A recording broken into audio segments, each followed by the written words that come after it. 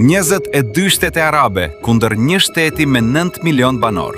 Si është e mundur që 22 shtete arabe me mbi 400 milion banor nuk kanë arritur të mposhti një shtet me vetëm rreth 9 milion banor?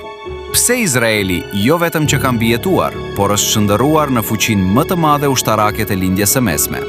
Dhe a është e mundur që një ditë të zhduket siç e dëshiron dhe lufton Irani? Kjo është historia që pak njerëz e tregojnë deri në fund. Në vitin 1948, kur Izraeli shpalli pavarësinë, 5 ushtri kryesore arabe e sulmuan menjëherë. Shumica e ekspertëve të kohës besonin se shteti i ri nuk do të mbijetonte as edhe një javë prej atij sulmi brutal. Por ndodhi e kundërta. Izraeli fitoi. Jo vetëm që mbijetoi, por doli edhe më i fortë. Pastaj erdhi viti 1967. Lufta gjashtë-ditore ndryshoi historinë e lindjes së mesme.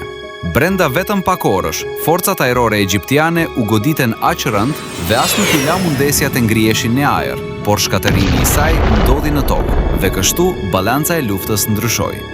Pas 6 ditësh, Izraeli kishte korrur një fitore që tronditi jo vetëm botën islame, por edhe ja krijoi një reputacion ushtarak Izraelit që vazhdon edhe sot.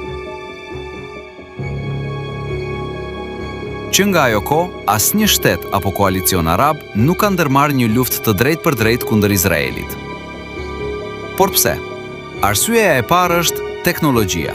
Izraeli investoi miliarda për dekada në inteligjencë, aviacion, mbrojtje raketore dhe inovacion ushtarak. Sot ai konsiderohet nga shumë inteligjencave ekspert si një nga shtetet me aftësitë ushtarake ndër më i avancuari në botë. Por teknologjia nuk është gjithçka. Ekziston edhe një doktrinë që për dekada ka krijuar frikë në të gjithë rajonin e lindjes së mesme. A e dini si quhet? Nëse jo, po ju tregojmë. Quhet opsioni Samson.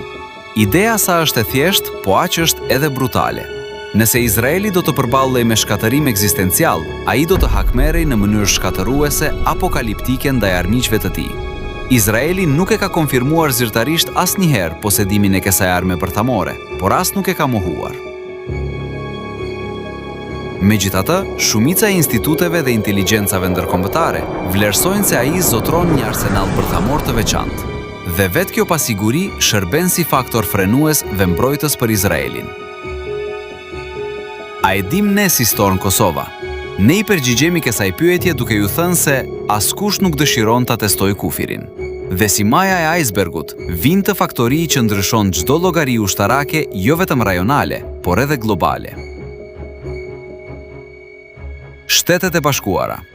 Për dekada, Shtetet e Bashkuara kanë qenë aleati kryesor strategjik i Izraelit, me ndihmë ushtarake, bashkëpunim teknologjik dhe prani të madhe ushtarake në rajon.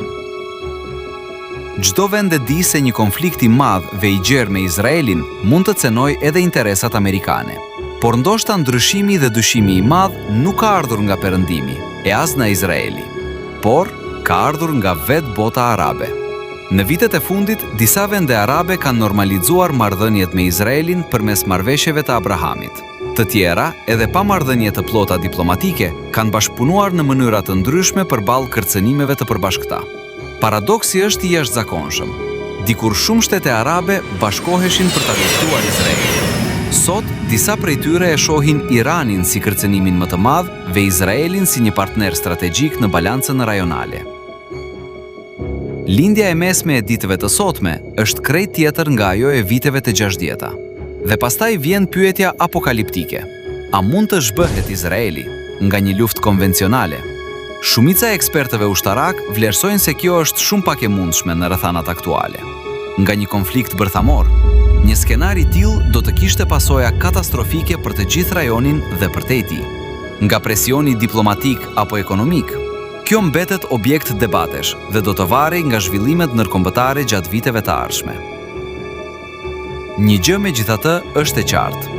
Historia e Izraelit nuk është vetëm historia e një shteti të vogël që mbijetoi. Është historia e një vendi që ndërtoi strategjinë e tij mbi një parim të vetëm, që kur të mos lejojë të gjendet përsëri përballë rrezikut shfarosjes. Never again. Kurrë më.